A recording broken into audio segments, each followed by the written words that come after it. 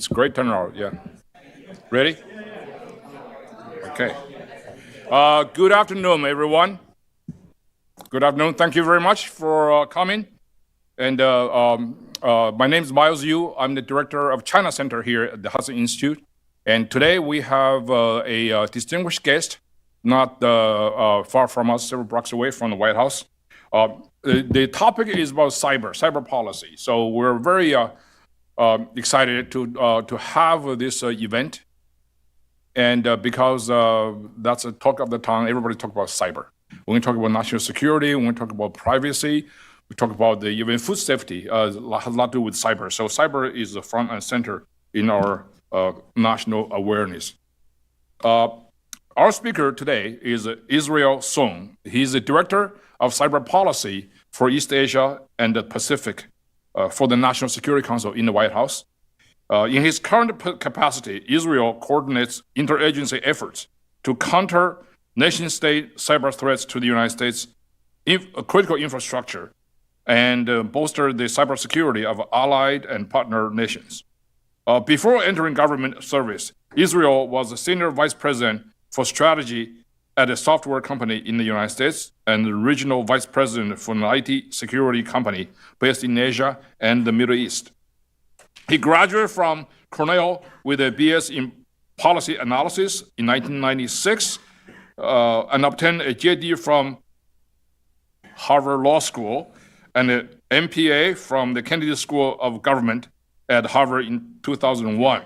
He enjoys kayaking, biking, and hiking Civil War battlefields.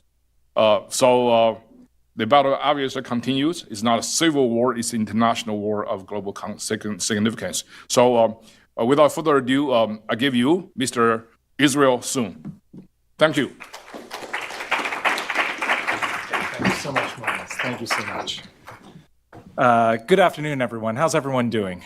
It's hot outside. Thank you for making the trek. I hope we didn't lose anybody coming to this venue. It's really hot outside, so stay hydrated. Anyway, it's good to see you all. Like Miles said, my name is Israel Song. I'm a director of East Asia Cyber Policy at the White House National Security Council. At the NSC, I'm responsible for policies to counter the cyber threat posed by the PRC, China, and for policies that strengthen the national security networks and critical infrastructure of allied and partner countries in the Pacific. Working daily with my counterparts at the NSC and the Asia and Technology and National Security Directorates, together we execute the administration's strategy to invest, align, and compete with the PRC, investing at home, aligning with allies, and challenging the PRC when necessary. I want to express my deep thanks to Hudson Institute for inviting me to address you on what I think is one of the most important topics in national security today. And I'm really grateful to have the opportunity to address such a distinguished group.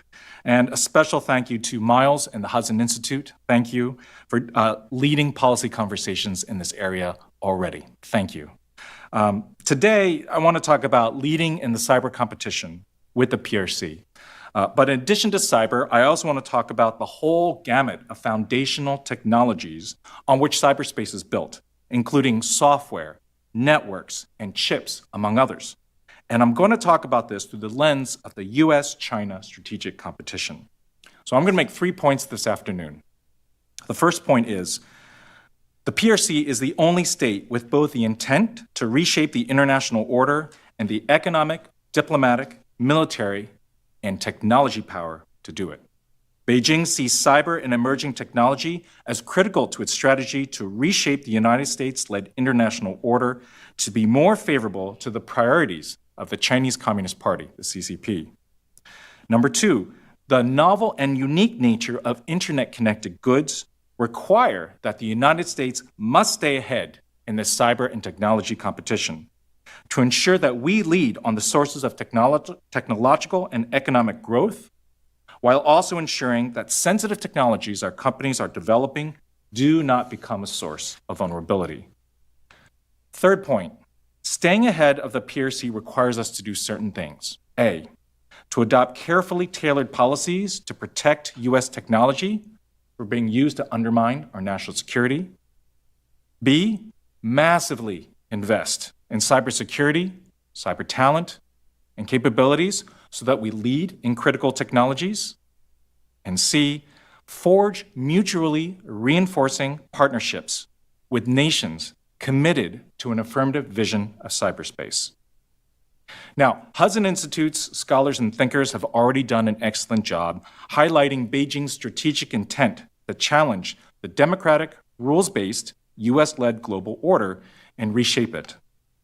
There are other scholars who have made this point eloquently, although by quoting them, I'm not endorsing them characterizations word for word. I'm just saying these are very eloquent summations, what has been done before. So, for example, Elizabeth Economy from the Hoover Institution has written, by now, Chinese President Xi Jinping's ambition to remake the world is undeniable. He wants to dissolve Washington's network of alliances and purge what he dismisses as Western values from international bodies.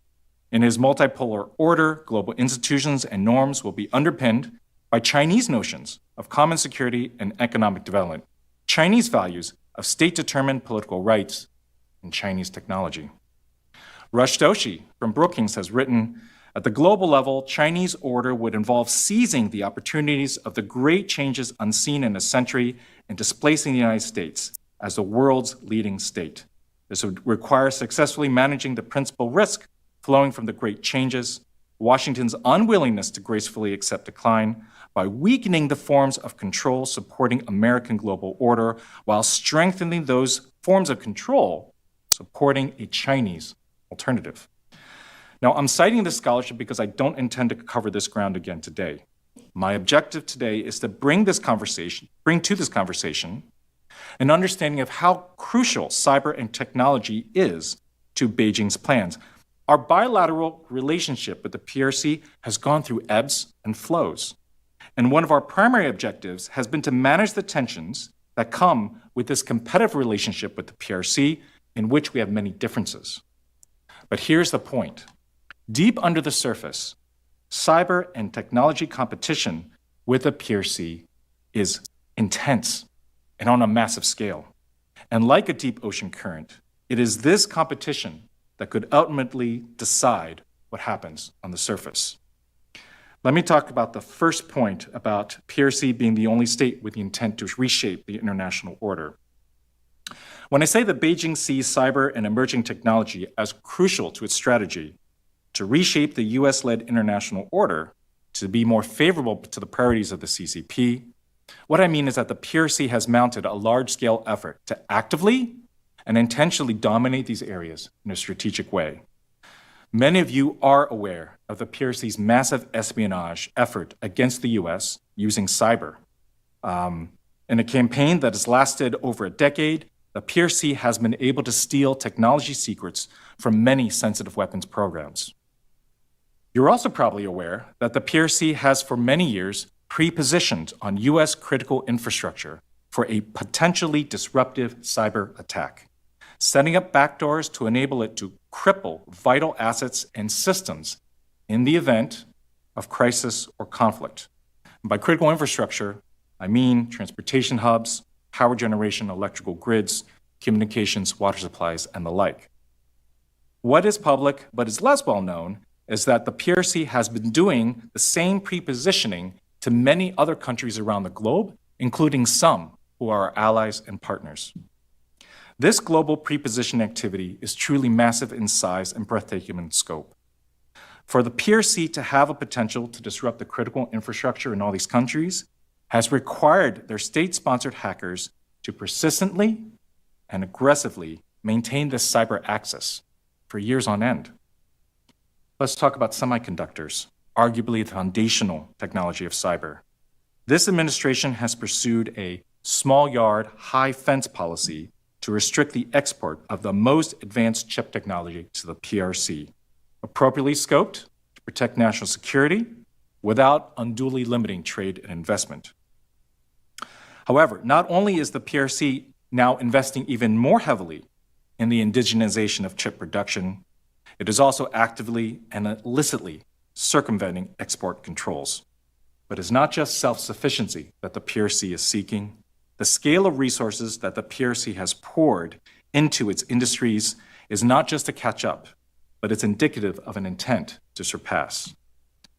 Many Americans know about the strategic nature of semiconductor chips due to the work of Chris Miller, Dmitry Alperovich, and others. But many Americans have less awareness of the risks of the PRC dominance of the global network of port infrastructure. The world's market for ship-to-shore cranes is dominated by one PRC company, ZPMC, and I don't know if many of you are tracking on this. No matter where they're located, these cranes may be controlled and serviced and programmed for remote locations. And these features potentially leave them vulnerable to exploitation. Transcom's mobilization plans for the U.S. heavily rely upon commercial ports in which these cranes are positioned that have the potential to disrupt a U.S. military mobilization. Consider also China's state-supported information port management platform called LogInc. Because the software is so dominant in the global market for port logistics, it can help consolidate Beijing's influence over the global maritime transport system.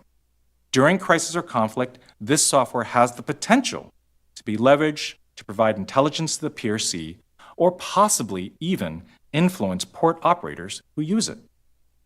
Threats are why President Biden recently issued an executive order to bolster the Department of Homeland Security's authority to directly address maritime cyber threats, including through cybersecurity standards to ensure ports are secure. Or consider artificial intelligence, a hot topic in Washington these days. PRC companies are under pressure to lead globally, but so far, many of the PRC's generative AI efforts continue to rely upon US-based large language models. They're called LLMs, because the PRC's versions are still lagging behind. However, the PRC has declared by 2030 that it wants to lead the world in AI, a technology with many, many military applications, and whose development would allow the PRC to achieve technological influence in many regions to undermine U.S. national security objectives. And the PRC has pledged billions to Chinese researchers and firms supporting their own AI development. In addition to carefully tailoring policies to restrict the export of the most advanced AI chips, the Biden administration has also rolled out historic measures to promote investment in AI innovation, the CHIPS and Science Act, while issuing a major executive order to ensure that America leads the way in seizing the promise and managing the risks of artificial intelligence. Or when it comes to quantum, when it comes to building crypto-analytically relevant quantum computers, the competition between the PRC and the US is even more pronounced. While the US has invested $5 billion into quantum research, the PRC has poured $15 billion, although these numbers do not include private sector investments. In 2023, there were some indications that scientists in the PRC had achieved milestones in constructing a quantum computer that could outcompute those currently under development in the US. If the PRC had a breakthrough in quantum cryptoanalysis before the US did, the consequences for our national security would be dire. Every communication that has been collected by the PRC, and many communications are collected by the PRC, every communication is potentially decryptable by a crypto-analytically relevant quantum computer, and therefore would be placed at risk. Here again, this administration has taken a range of proactive steps, including a national security memorandum identifying key steps needed to maintain our competitive advantage in quantum, while mitigating the risks of quantum computers to our national security. There are many other topics that I could discuss: data, cyber, electric vehicles, aerial drones, telecommunications, undersea cables. The areas in which technology touch are so encompassing, and they're all relevant to our national security. Now, in my personal opinion, if the PRC's efforts in cyber and emerging technology were purely for its own economic development, without regard to geopolitics, I think we would have fewer concerns. But such PRC policies don't just have implications for China's economic development or U.S. companies' economic competitiveness. They directly implicate U.S. national security and our capacity to defend allies and partners around the world. The PRC is purging Western technology from its networks in China, stealing intellectual property at a massive scale, developing its own indigenous versions of that technology, and subsidizing and investing heavily in its own technology companies, some of whose products pose considerable cybersecurity risks.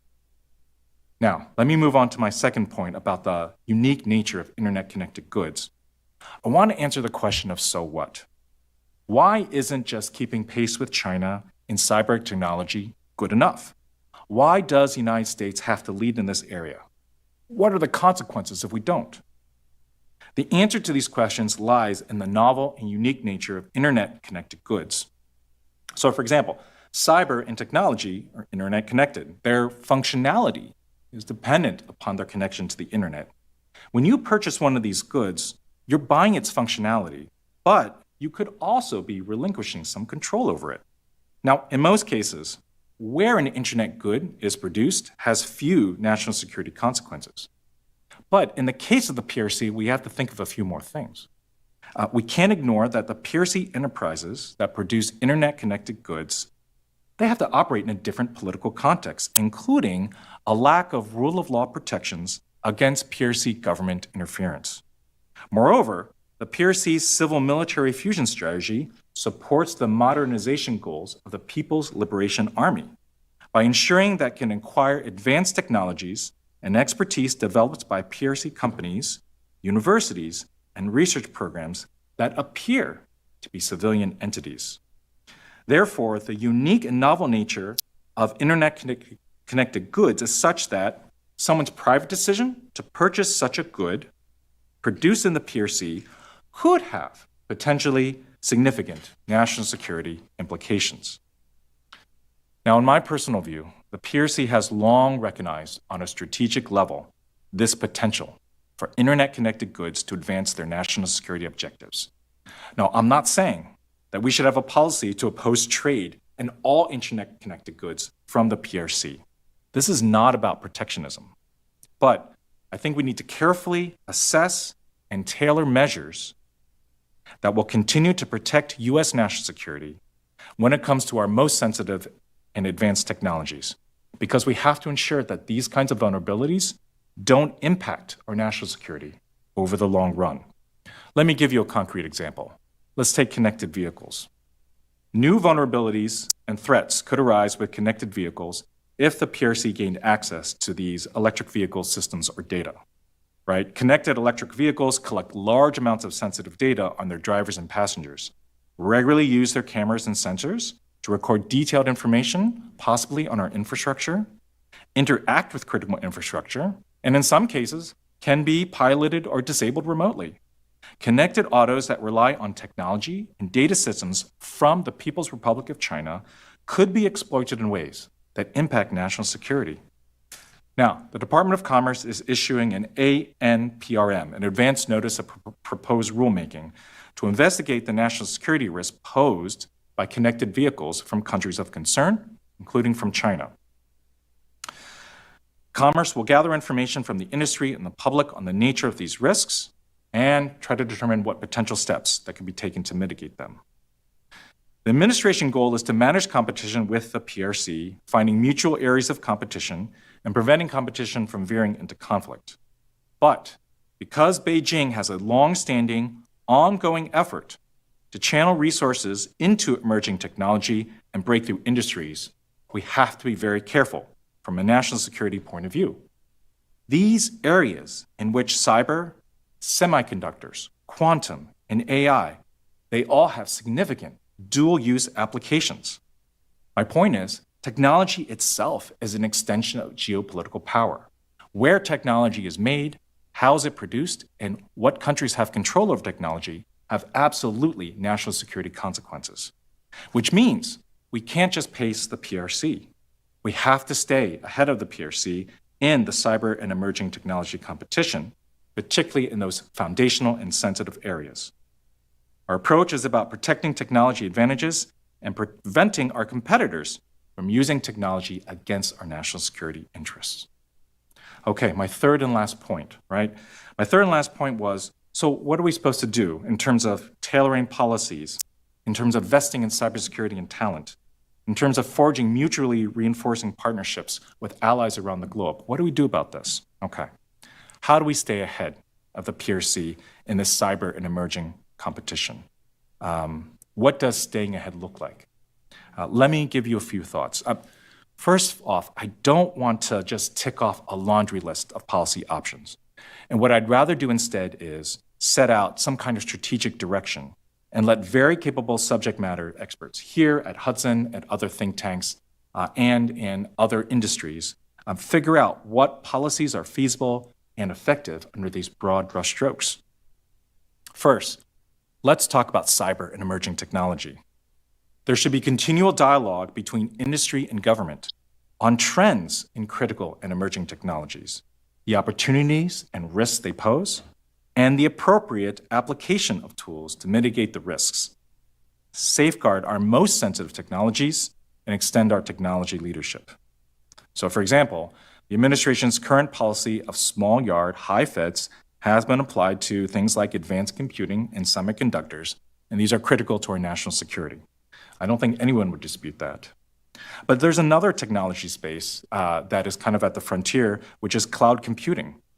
Developing countries across the globe are considering whether to move their government's most essential assets and services to the cloud. Now, the PRC has been aggressively pushing these countries to select cloud services from PRC companies and enterprises. And the U.S. should continue to highlight to these countries the national security risks to them from using PRC providers. But more than this, we should be investing early and often with U.S. and allied nation cloud providers to develop a diversity of alternatives to the offerings from the PRC. My second point is about massively investing. I said before we need to massively invest in cybersecurity, cyber talent, and the capabilities to produce advanced technology.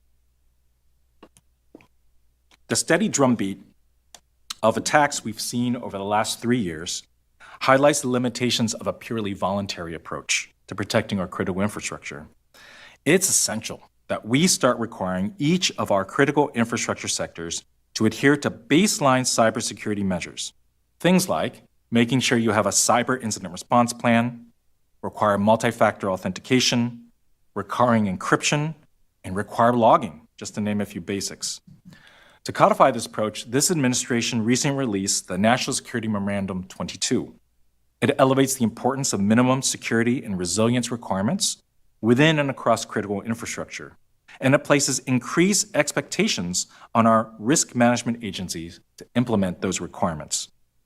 In addition to critical infrastructure, we need to continue to protect our defense industrial base. As we're doing everything from investing in building more submarines, producing more critical munitions for our allies around the globe, we have to safeguard our military secrets so that the United States can make what is necessary to sustain deterrence in competitive regions. It makes no sense for the American taxpayer to pay billions for advanced weapons programs that defend American interests, only to lose military secrets to the PRC for what are really pennies on the dollar because of lax cybersecurity. Now, there's good news on this front. The DoD is amending the Defense Federal Acquisition Regulations, DFARS, to require defense contractors to adhere to a consistent, comprehensive framework certified by a third party to enhance cybersecurity for the defense industrial base. But there's more that needs to be done. This is a much-needed change in our approach. So when the Pentagon purchases advanced weapon systems for a possible future conflict with the PRC, that financial commitment should also reflect some kind of reasonable certainty that the technology underlying those weapons has not and will not be easily compromised by the PRC's cyber espionage campaign, because the defense contractor has gone above and beyond to maintain the highest standards of cybersecurity.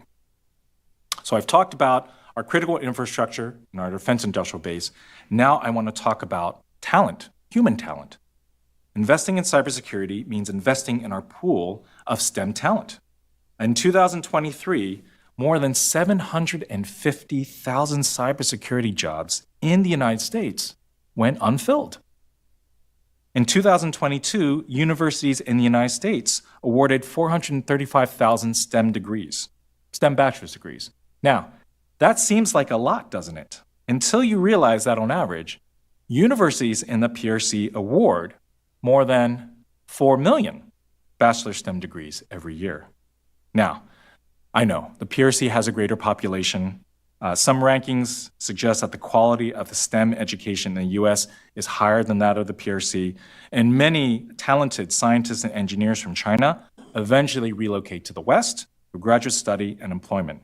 But my point is that the weight of engineering and scientific resources that the PRC can bring to this competition should not be discounted. The United States needs to increase its STEM talent to ensure that we can sustain our research enterprise, drive innovation, and support our national competitive edge in cyber and technology. In addition, we have to have corresponding investment in a national renewal of capabilities to produce advanced technology. Over the past 18 months, this administration has prioritized semiconductor fabrication in America, investing $39 billion in Arizona and Ohio. This is a strong start. And as we execute the invest portion of Invest, Align, and Compete, let's continue to have conversations over what areas in cyber and emerging technology we need to be leading in. In addition to those areas already identified, what future critical areas should we be investing in? And the areas that are not critical to U.S. national security, might we find synergies and cooperation elsewhere? For those future areas of cyber and emerging technology we think are critical, what does it take to invest in the human talent, to invest in process engineering, and infrastructure in order to make this happen? In some cases, these may be mutually reinforcing. So for example, large-scale investments in semiconductors may also need to accompany investments in quantum that underline our digital future. I want to speak one point about AI as it relates to cyber. You know, we've already discovered now that AI has demonstrated the ability to help produce exploit code, discover software vulnerabilities, create spear phishing attacks, and automate cyber intrusions. As AI research continues to advance, these dual-use cyber capabilities are likely to grow. Today, the PRC lags behind leading American companies in frontier LLM development, but we need to invest appropriately in cybersecurity to protect things like proprietary AI source code, the model weights, and the training data we're using for these AI models. These technologies have to be safeguarded to prevent the PRC from co-opting U.S. innovation for national security purposes. But at the same time, we have to continue to allow our developers to lead in global markets and contribute to a thriving open source innovation community.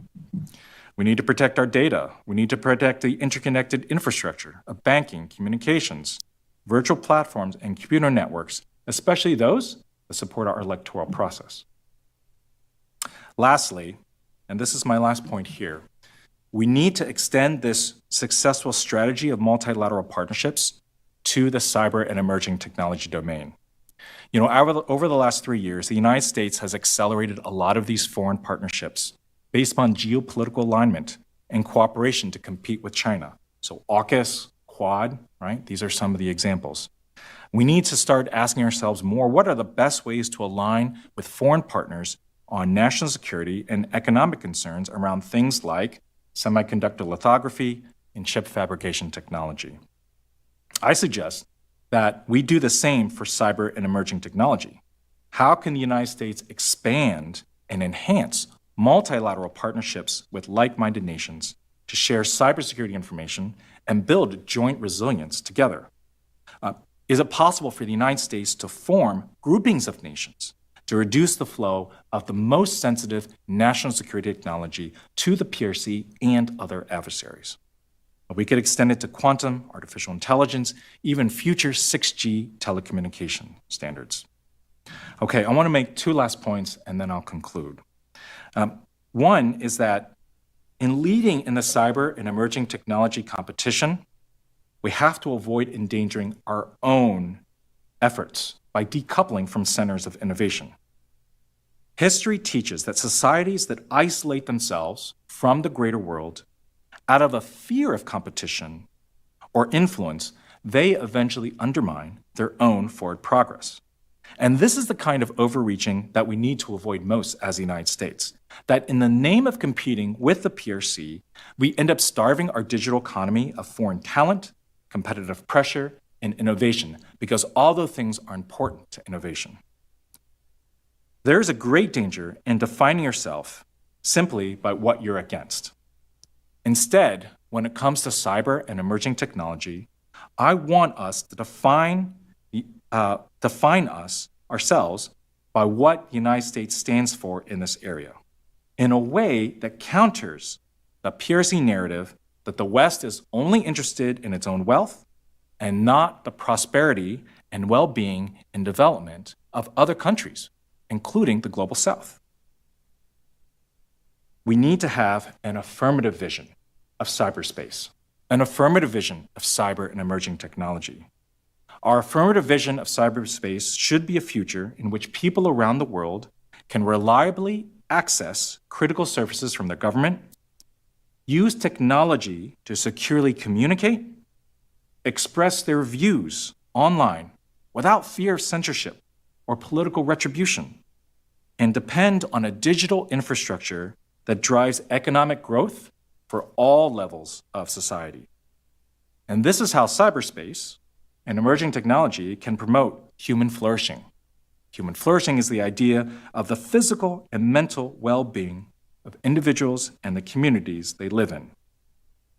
I argue that only the United States and its allies and partners, with our commitment to individual dignity and freedom, can deliver such a vision to the rest of the world. Thank you very much for listening, and I really look forward to your questions.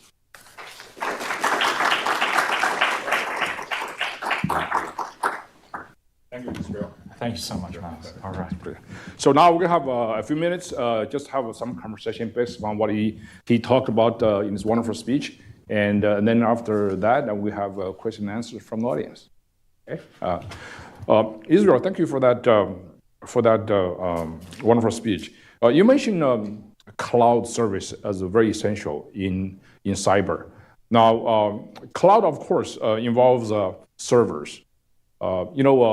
Recently, the nation had a very robust conversation, a dialogue about TikTok. Yes. Right? TikTok escaped our scrutiny largely by agreeing to move the servers outside of China. But now they moved to mostly Singapore. The question still remains who has access to the servers outside of China. Obviously, the Chinese government has total access to that. Conversely, the issue of cloud service is also very important. Apple, that makes this wonderful device here, it has a huge customer base in China. Apple's servers of all China-based customers are in Guizhou, China. That's right. So Chinese government has total access to that. Now, you cannot really separate the Apple sold in China totally from Apple used here in the West. So there's a lot of interconnection over there. Now, how do you secure this kind of it's not just a business transaction, it's something to do with the national security policy. How would you address that since you're a director of cyber policy for East Asia? Miles, thank you for this question. This is a great question and great examples, both Apple and TikTok. If things are being stored in servers that are located overseas from the United States, how do we protect our citizens' data? How do we protect our information, particularly from a country in which there's civil-military fusion, right? The companies in China that may be running these servers, they don't have a rule of law. They don't have any kind of rule of law system that allows them not to accept a demand from the Chinese government to access this information. So let me confine my comments to very specific instances of national security because I definitely don't want these comments to be construed that we need to cut off all digital trade.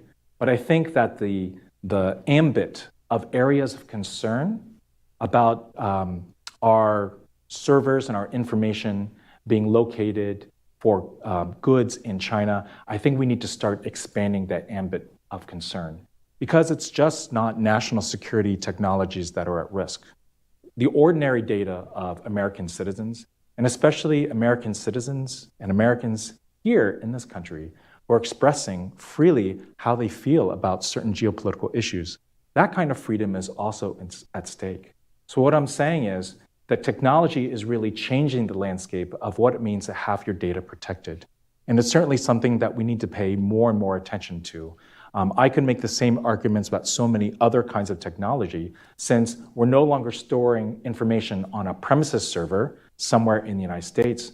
In fact, at some points, we may not even know where the servers storing our information are in these huge data warehouses around the world. This is a new and novel issue that I think we'll pay attention to.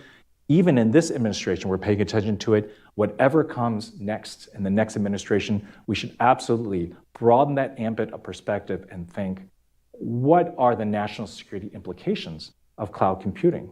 Now, I mentioned the developing countries making a decision on whether to accept a PRC cloud infrastructure or maybe a cloud infrastructure based upon some US companies here. And a lot of companies are concerned about, well, what about the sovereignty implications? If I have to choose between the PRC and the US, what do I choose? One possible answer to that is, who has the civil-military fusion and who has rule of law protections going on? Which society is more dedicated to things like the affirmative vision of cyberspace, free expression, the lack of online censorship, individual dignity, human rights? And so I think when presented with that choice, I think that could be a very compelling argument for these countries. But of course, the PRC, what is their advantage? It's cost. It's cost. And one of the things I want you to take away from this talk is be able to question this idea of, well, for an American economy to work, it doesn't matter where we outsource things. It doesn't matter where our cloud computing servers are. These things doesn't matter as long as we're providing things to the cheapest cost to the American consumer. And I just want to question that and say, you know, from national security perspectives, that may not always be true all the time. The lowest cost may have a national security implication that we need to be tracking. Thanks for that question, Miles. Great. I have another question for you. Go, shoot. Now, you mentioned about the sovereignty. Now, if one nation's sovereign domain is being invaded, then that normally is constituted as a war. So, but when we talk about war, we talk about mostly kinetic confrontation. If you broaden the definition of sovereignty, and the invasion of a sovereign domain can take place in many aspects. Now, let me just, in the cyber domain, let's say this. This is what China has done to this country, right? 2015, China state-sponsored hackers stole 21 million records from the Office of Personnel Management. That's the entire federal government workforce. Also in 2015, 80 million records stolen by the Chinese at the second largest insurer, Anthem Incorporated. 2017, 147 million people's financial credit records were stolen from Equifax, one of the 3 largest credit rating systems in the United States. 2018, 383 million customers' records were stolen from Marriott International Hotel, the data center. And then 2021, Microsoft Exchange server, hundreds of millions of customers' information were stolen by Chinese hackers. 2022, US Naval Undersea Warfare Center in Newport, Rhode Island. The data center was breached by the Chinese hacker. Unknown quantity of US submarine technology and capability data were stolen. Now, we have a general sense of indolence, helplessness when we deal with China. There's a massive scale of cyber attack. If that's not the war, what else is? So what's the official response from the White House? That's a great question. It's also a very challenging question, right? So in the cyber world, we make a distinction between cyber espionage and cyber attack. We've actually made it very clear, right, to other countries and adversaries. If there is a cyber event that happens in the United States that impacts critical infrastructure and harms American, that would be considered an attack on the United States. But your question is asking about what about the theft of intellectual property, personal records, private information? Does that constitute an attack? And that's harder to say. But I don't want to leave you with the impression that there's little that we can do against the PRC cyber actors stealing our information.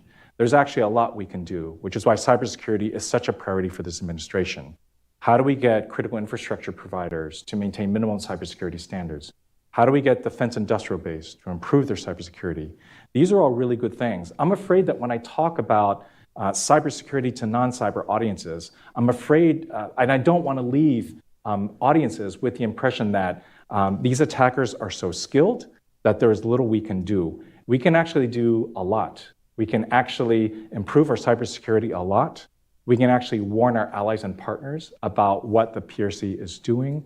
And we can do a lot of things to make it more costly for the PRC to actually do these kinds of activities. In some cases, however, Miles, I want to say there's a lot of things that Americans can do as kind of a whole of society cybersecurity perspective, right? In the White House, in the NSC, and the Cyber Directorate, we've seen pretty egregious examples of manufacturers of security hardware putting things on the market that have vulnerabilities that are easy to exploit by PRC hackers, not issuing patches for them quickly. We have seen critical infrastructure providers using default passwords, even after being warned they shouldn't use default passwords on their systems. So I think there's a lot more that we can do as a country to increase the cybersecurity awareness. So for example, let me ask this audience, how many of you have MFA enabled on all of your accounts? I hope most of you do, right? I see a few hands, right? But when we talk about cybersecurity, let's talk about something as a whole of American society awareness, that all of these things, defense industrial base, the information from OPM, Equifax credit card information. There was a recent hack of AT&T, of all its customers. Together as Americans and American private enterprise, we need to get around the idea that there are certain things that we should do for cybersecurity, and that's been a big push from this administration. Yeah. So, go ahead. Well, no, I think one reason why China has almost insatiable appetite for stealing all the kind of data is because all this collection of data on a massive scale serves one purpose, that is to create a very efficient AI system. Because AI is almost entirely dependent upon the completeness of your data collection. And now China has pretty much like, biometrics and all the information, financial, otherwise, your social credit score, for example, in our data systems, so they can identify who you are and they can exercise control. Now let's move to another direction over there. You mentioned about, obviously, China has this global ambition for dominance, mostly right now, not necessarily through outright ideological export revolutionary rhetoric and arms of kinds in the 60s and 70s of last century, but through basically created a global dependency by the world on technology and on economy. So technology is today's topic. To what extent do you think that China's focus on technology is for military purpose primarily, or to what extent is for a much broader sense? Miles, this is a great question. I'm so glad you asked it. So let me give my personal opinion on this. This is my personal opinion here, based upon my work at the NSC. Yes, there's always the possibility that in acquiring advanced technology, that the PRC will be able to achieve military capabilities directly to contest the United States. Yes, that's a huge concern. And when we talk about issues like Taiwan or the South China Sea, that is incredibly big concern. And this administration, and I'm sure whatever administration follows, will do tremendous amounts of work to make sure our military capabilities stay on top.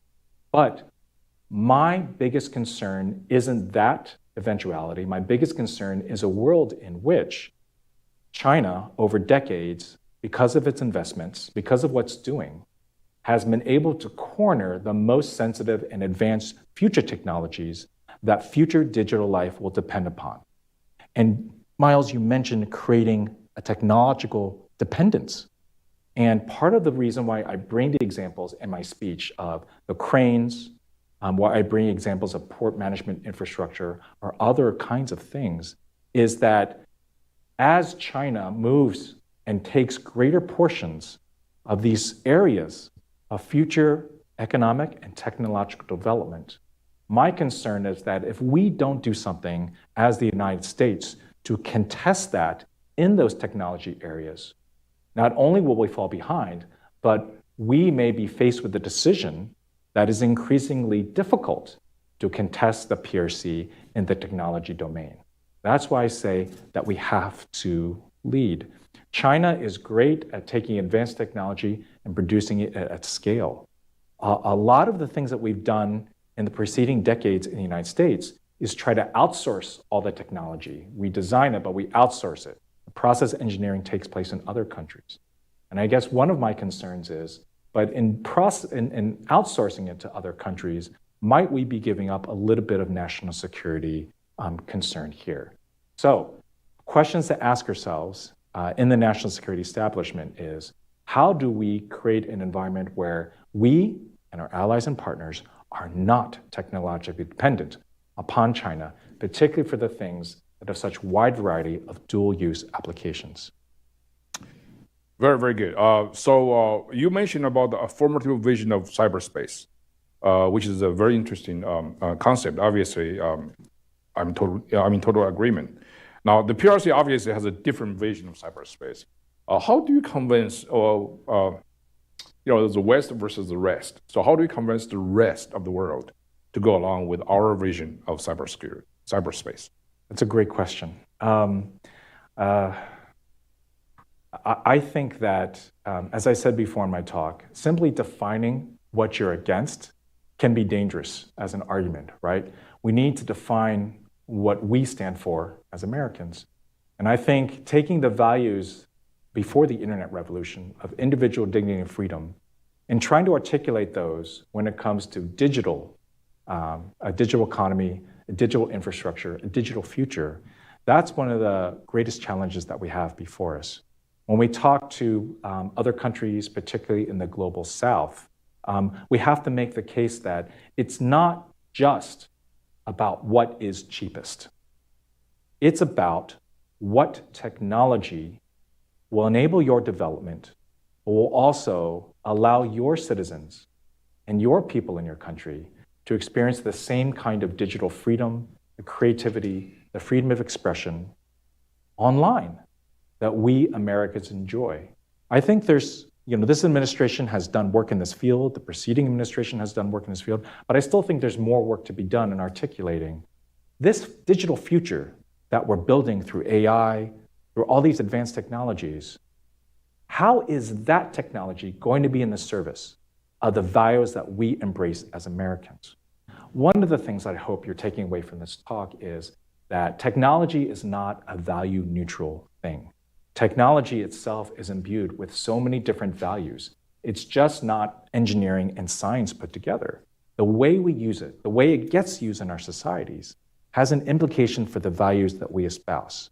So, in discussing this PRC-US competition, as well as all the policies that come with securing our national security, we also need to continually message about the policies that protect the values that we know citizens from other countries also want, and articulate how using the PRC technology can infringe on those freedoms and put those freedoms in jeopardy. To follow up on that very question, in the previous administration, we had an enormous problem working with friends and allies. Now we're talking about the global North friends and allies. And particularly on the issue of 5G by Huawei. We're the first country to say this is dangerous. 5G would not distinguish what's on the edge and what's in the core. Once you're in the system, everything goes. So, but we had an enormous problem convincing our friends and allies, even some of the Five Eyes countries, let alone most of the NATO allies, thought we were just a little bit of alarmist. So friends and allies sometimes can be also very cranky and difficult too on issues like this. Gradually, they have turned around as a result of COVID, as a result of our persuasion, as a result of China's own behavior and their own constant hacking attacks on not just America, but also many countries in Europe and Japan, Australia, those countries. So when we talk about important countries, you mentioned in your talk about the important countries who have to really create what you call the mutually enforcing partnerships with allied countries. What countries do you have in mind? Can you provide examples of successful collaboration in cybersecurity and technology with the international partners? Yeah, let me give 3 kinds of examples, because this is a great question too. I think, Miles, totally echo your comments. The alliances that we're building, the partnerships, the lattice work of alliances to manage competition responsibly with a PRC and prevent competition from veering into conflict, alliances are an extremely important part of that. So I can think of we have the traditional Five Eyes alliance, which is actually an intelligence partnership. In this unclassified setting, there's not too much I can say about this, but I will say that among the Five Eyes alliance, there's a great deal of cybersecurity and technology cooperation going on. Recently, earlier this year in February, was the first time that agencies of the United States, Australia, Canada, and United Kingdom got together to issue a joint mutual cybersecurity advisory about Volt Typhoon, about PRC cyber actors. That's only the start. We can do a lot more of those kinds of joint cybersecurity advisories and involve more countries. So that's one kind of alliance, using existing alliances and making sure that they also address cyber and technology. There's also new alliances that are actually based upon science and technology. I'm thinking of the AUKUS kind of alliances. Most people know about AUKUS Pillar 1, about the submarines, but a lot of people don't know that AUKUS also has other parts of it that deal with collaborating and sharing with different countries about how to cooperate in the emerging technology space. And then I think about the new alliances that are developing, particularly in the Indo-Pacific. I can't give any specific, name any specific countries in this example, but you can think of a map of Taiwan, think about the surrounding countries and allies and partners that we are dependent upon for US military mobilization to get and move forces into theater in the event of a cross-strait crisis. Those countries are benefiting from the United States directly engaging, hardening national security networks, bolstering the security of critical infrastructure. It's a work in progress, but it's great work. And those are the kinds of new alliances. That third category is the one that I'm most excited about.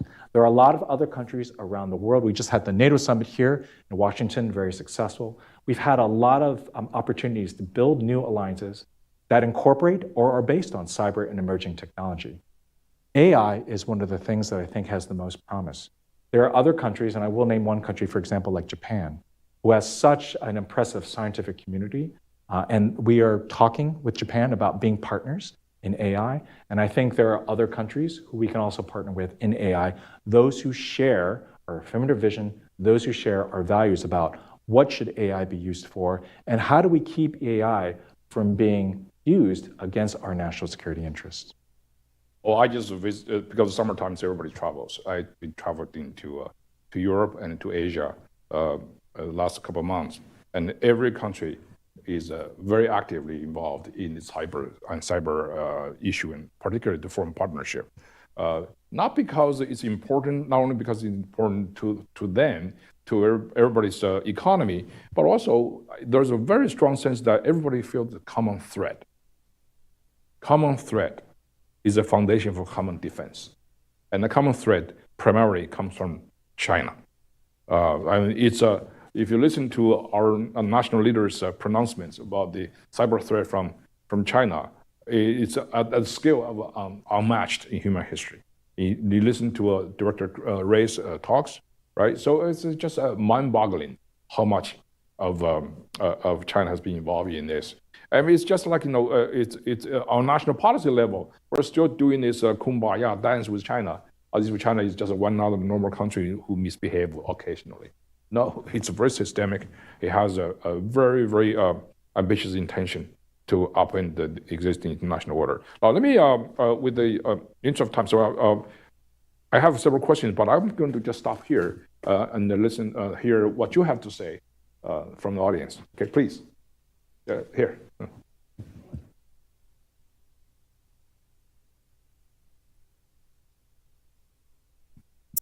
Please state your name and affiliation. I'm Alex Alper with Reuters, and I just wanted to ask, like you mentioned, the importance of safeguarding, AI. You mentioned the model weights, the code, the training data. As far as I understand it, we don't even have the tools right now. Certainly, Facebook has made its model public, and they say that China's AI models are mostly based off of, Facebook stuff. We saw the G42 deal where even some of the proprietary stuff, which could be controlled under export rules if they did one, going abroad to countries that have, close ties to China. So I guess my question is, A, is the administration really doing that if it's allowing the G42 deal? And B, what tools, what do you need, I guess, to even really control that? That's a great question.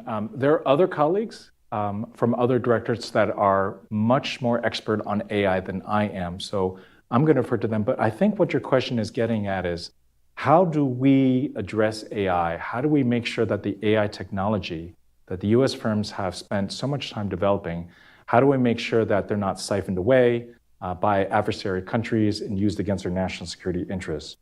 The Biden administration is definitely trying to lead on that area by introducing a national security memorandum on AI.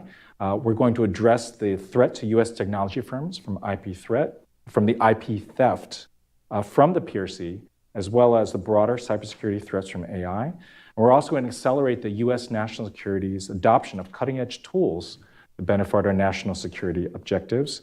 Most importantly, we're going to reinforce efforts to develop, attract, and retain AI talent.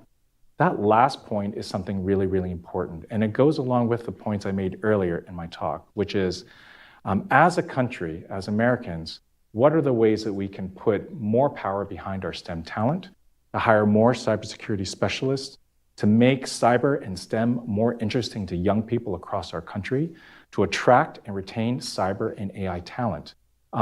I talk about the missing cybersecurity jobs that we have every year. Well, now we're also going to have a new category of jobs, AI jobs, that we're also missing every year. So what I encourage discussion on and policies in the future towards is, how do we develop and nurture all those talents? How do we make STEM even more attractive than it currently is to the next generation of young people?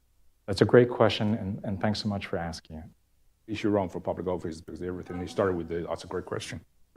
These are great questions. Over there. Hi, I'm Abhishri from ORF America. And I just wanted to ask, in terms of allies and partners, if you're looking towards, say, some Southeast Asian countries, a lot of them do have a common threat that we just identified, China, in terms of a lot of attacks on their data centers. However, they do have a very unique geopolitical constraints and are quite often hesitant for attribution. And I was just wondering how US may engage with these allies and partners and bodies like, say, ASEAN countries in order to reconcile cyber resiliency, cyber capacity building, along with their hesitancy for attribution. Thank you. I will say on hesitancy for attribution, you're right. Historically, many Southeast Asian countries are trying to walk a fine line between the United States and the PRC. But I think we've actually seen a couple of changes. So for example, Philippines recently attributed 2 hacks to PRC cyber actors. I think one happened in February and one happened actually very recently, I think in May, actually. But they both publicly announced, hey, we think and we assess that these are actually the actions of the PRC, and that's a really welcome change than what has happened before.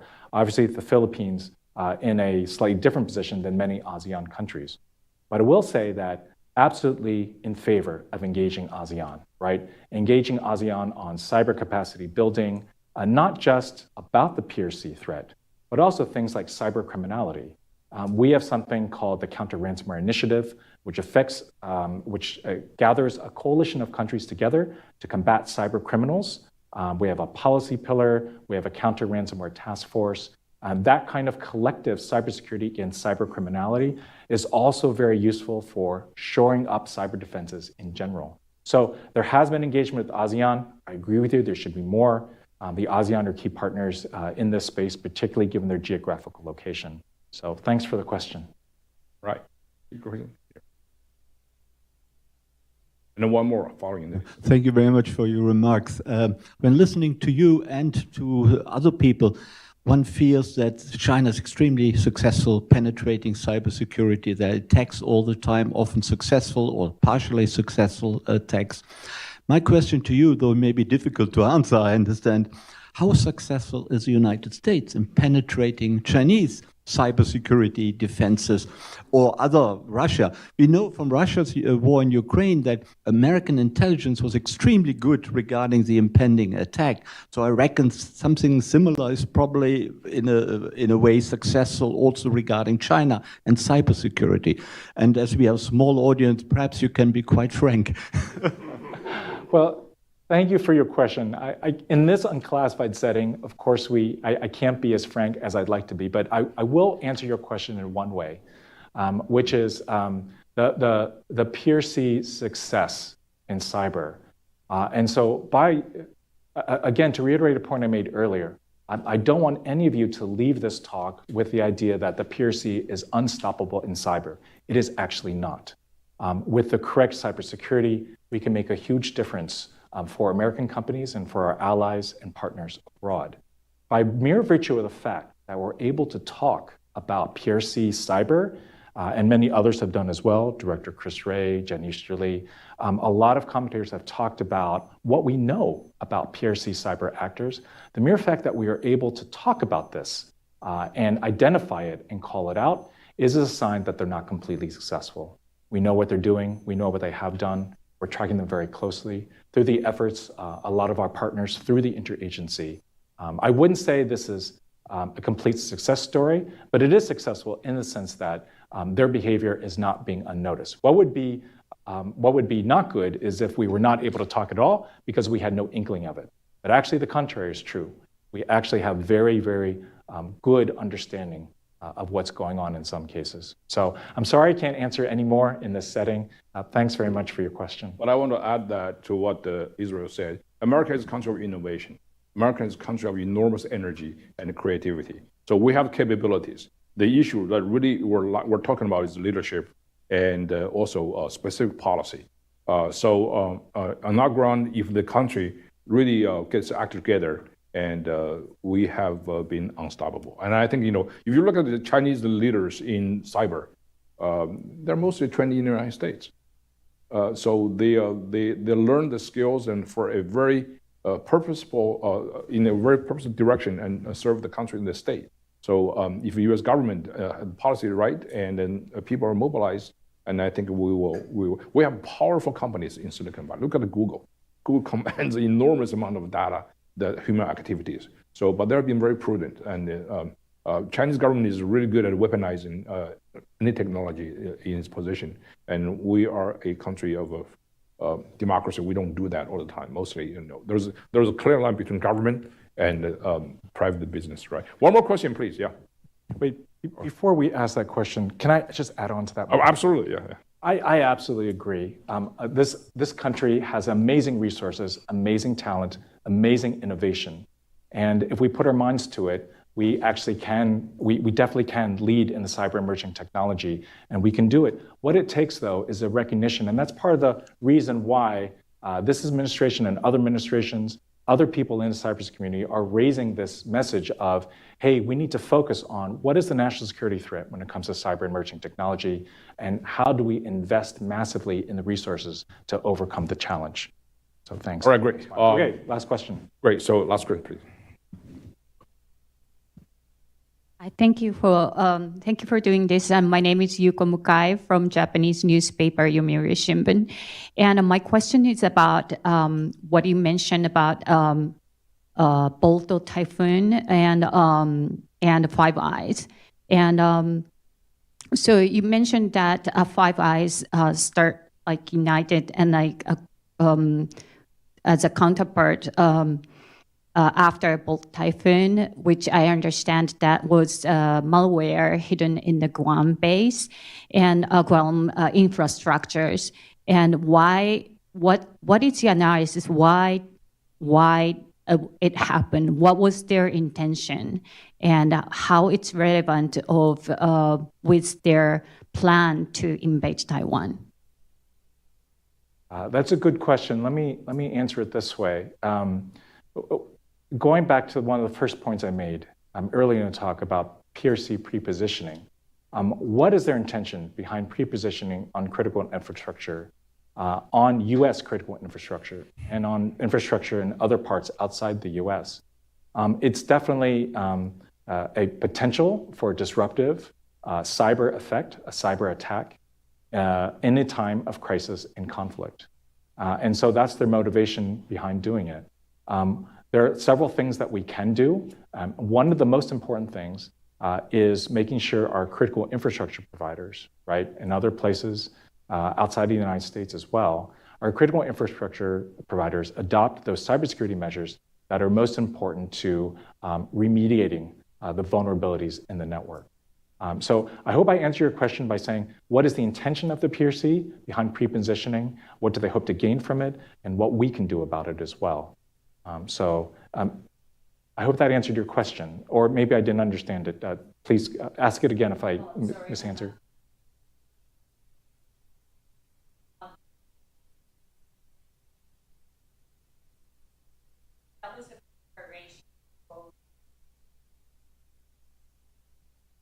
I hesitated to connect it to any particular scenario, but I will say that Taiwan is one of the potential crisis points in which pre-positioning could be useful to them. Let me just add the final thoughts to that. This is not just about the PRC. We in the United States, also in the West to a larger extent too, we have incorporated the cyber into our sort of a war platform. It used to be C4. That's command control communication computer. Now it's a cyber, it's C5 now. So this definitely in the domain. Cyber definitely is catchphrase of our decade, if not the century. So much so there is a truck, the name of with the cyber on it. So it has nothing to do with cyber. But the key point is that our life will forever be changed by the infusion of the element called cyber, and to a large degree, artificial intelligence. Thank you very much, Israel, and for this wonderful conversation. I'm sure this conversation will continue. Please check out our website at hudson.org, and we have events like this all the time. Thank you very much, and good afternoon.